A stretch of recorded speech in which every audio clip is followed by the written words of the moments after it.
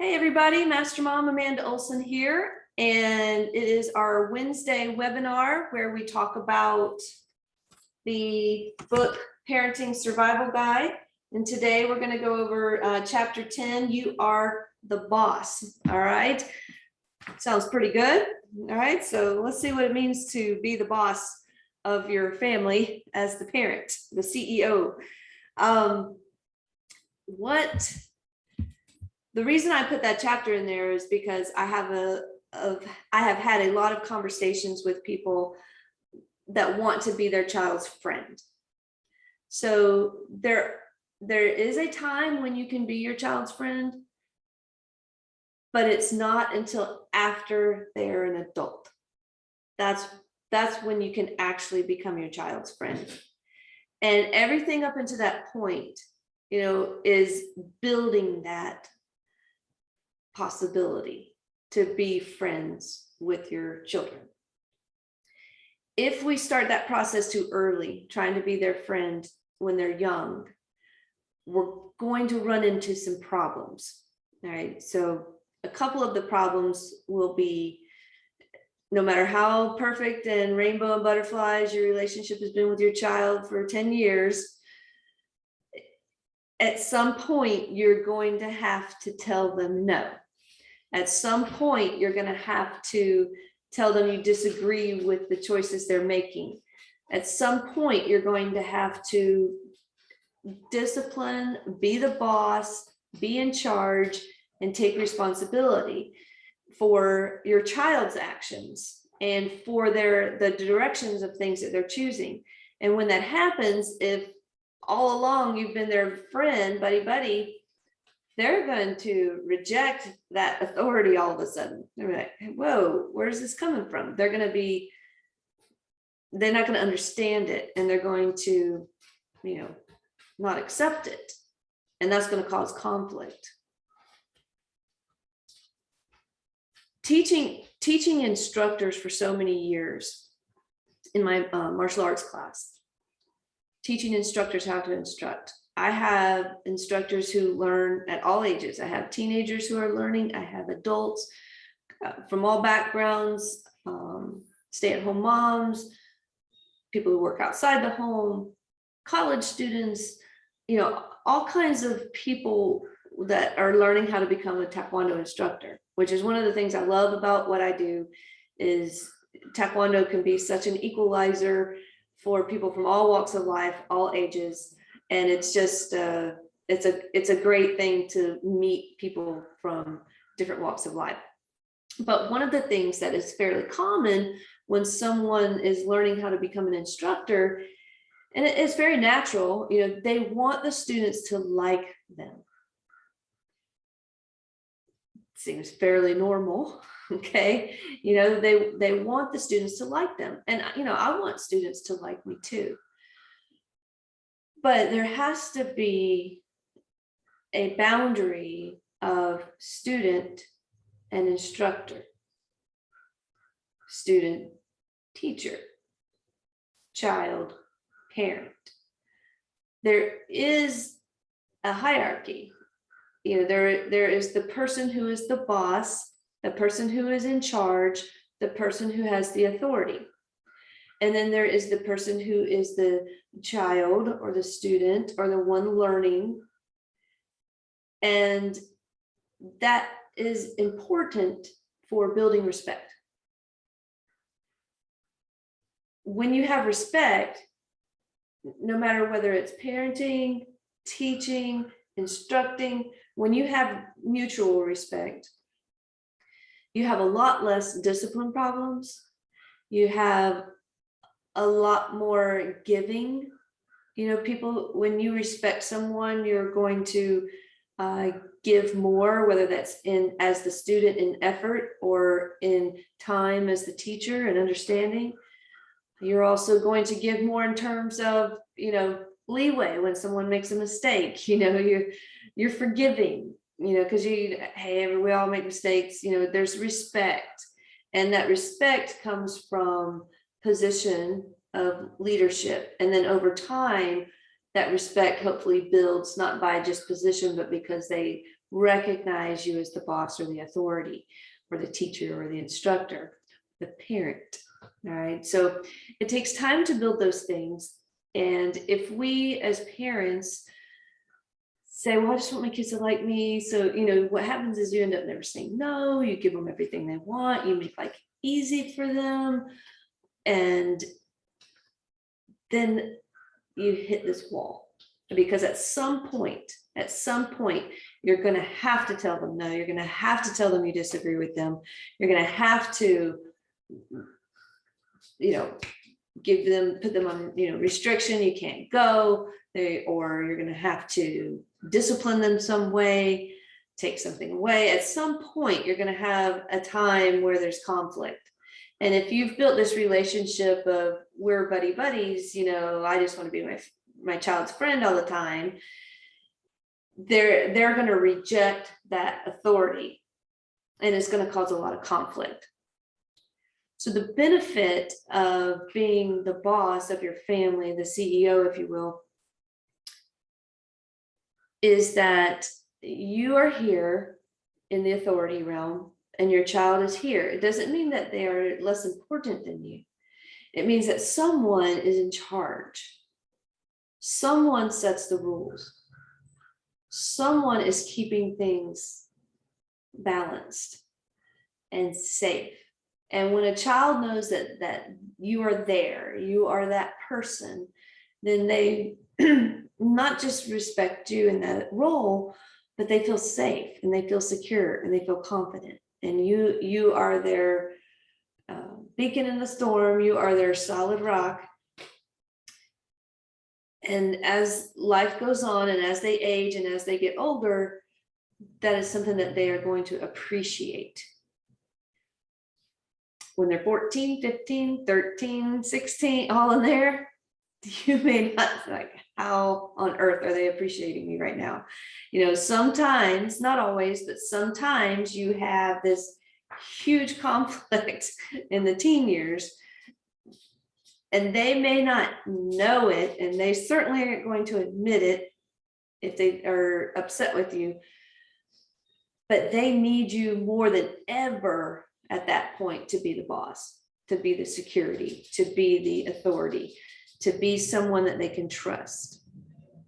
Whether they like you or not, that doesn't matter at that time. Does it hurt your feelings? Sure, sometimes it does, but it's not about the moment as a parent. It's not about that moment in time. Does my child like me? Do they not like me? What matters is am I teaching my child to respect authority? Am I teaching my child to learn that there is a constant in their life, and that constant is me, which is something that they are going to need. They're going to need to know that when they've messed up completely, they can come back to you and you will be there for them, and you will know what to do, and you will be able to help them. They need that. You need to be that person for them. So there's this spectrum. You have your young children, you have them becoming adults, upper high school, early college, maybe somewhere a little leeway in there. And then you have them as adults.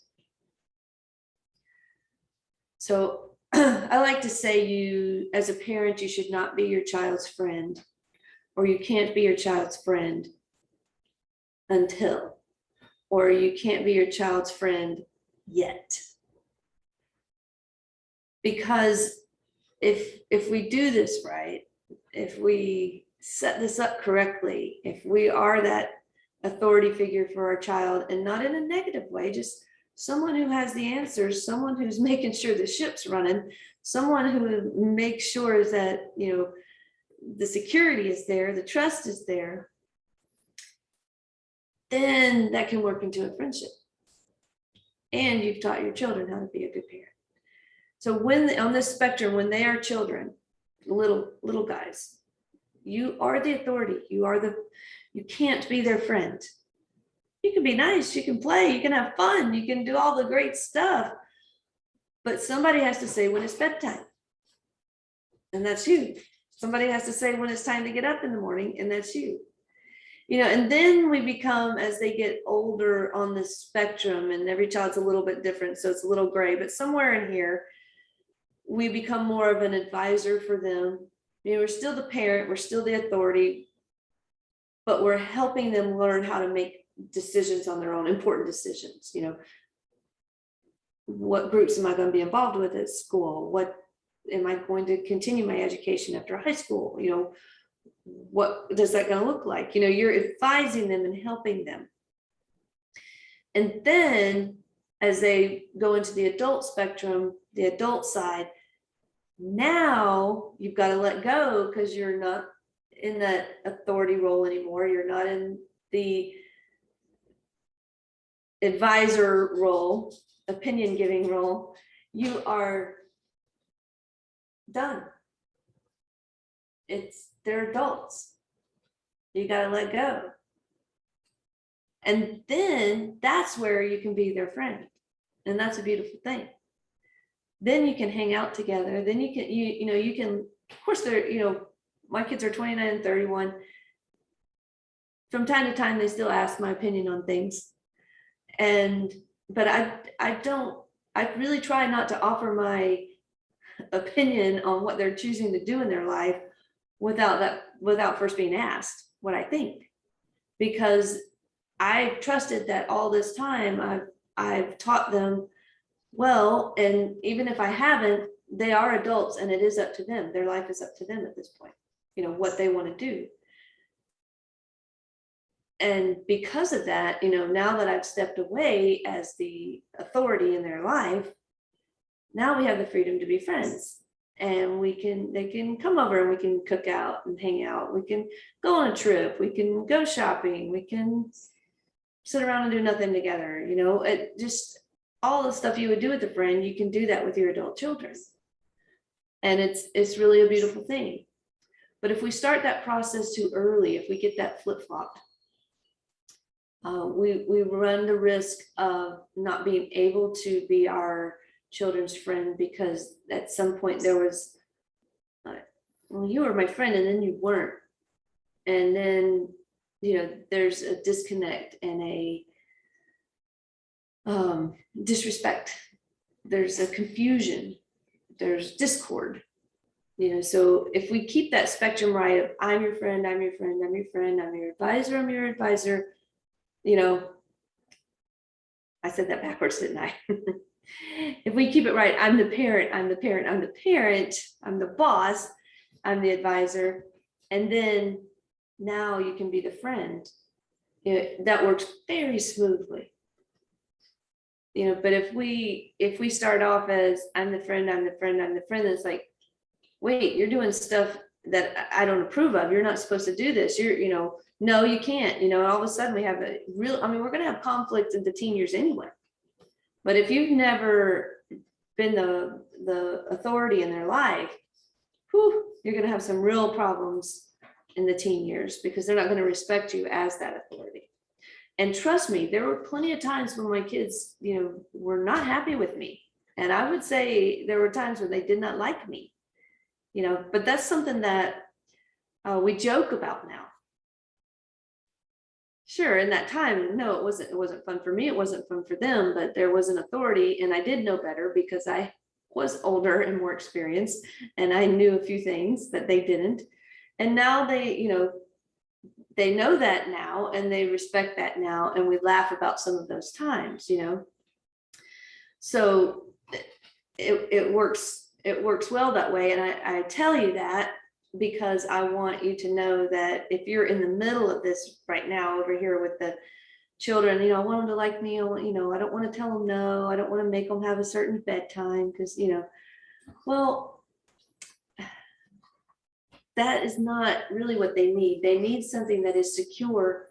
They need somebody to be in charge. And whether they say that out loud or not, which they won't until they are adults, they need it. And it's somewhere inside, they know that they need it and they want it. That teen who's going through all these things right now that are driving them crazy and driving you crazy, and they're experimenting, and you're like, stop. Somewhere deep inside, they are comforted by the fact that there is somebody in charge and somebody looking out for them. They may not realize it, but it is there, and you really do need to be that person for them. So when I say you're the boss, I'm trying to help you understand that in order to have a happy and harmonious home with less chaos and less discord and less disrespect between parent and child, set that example early on. Be consistent as the boss, and then gradually grow into their friend. Now, friends don't tell other friends what to do. Friends let their friends lead their own lives. So on the other end of the spectrum is, yes, you have to let go. You have to at some point step back and let them live their lives and make their decisions on their own, their financial decisions. You can, I really try to only offer advice when I'm asked, because otherwise it shows them that I don't respect them as adults. And I don't want that. Why would I tell one of my friends what I think they should be doing with their money? I wouldn't. So unless they said, hey, what do you think I should do with this money? If I had an idea, sure, I would tell them. And same goes with your adult children. You've got to, think of, okay, if this was my friend, would I tell them what they should do now without being asked? Probably not. So just keep that, being on the other side of that spectrum.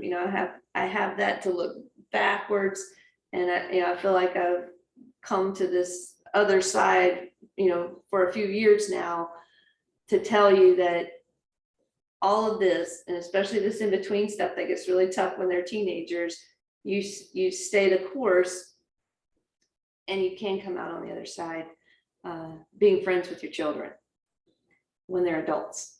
All right, so just a little encouragement that if you continue to be the parent and be the CEO, be in charge of your family, you are providing security for your children, you're providing security for your teenager, and you are building a mutual respect relationship that once they are grown will be something that you guys can enjoy together for the rest of both of your lives. And I hope that is encouraging to you. I hope that gives you a sense of, yeah, okay, I need to be in charge for my children's sake. It doesn't matter if they like you in the moment.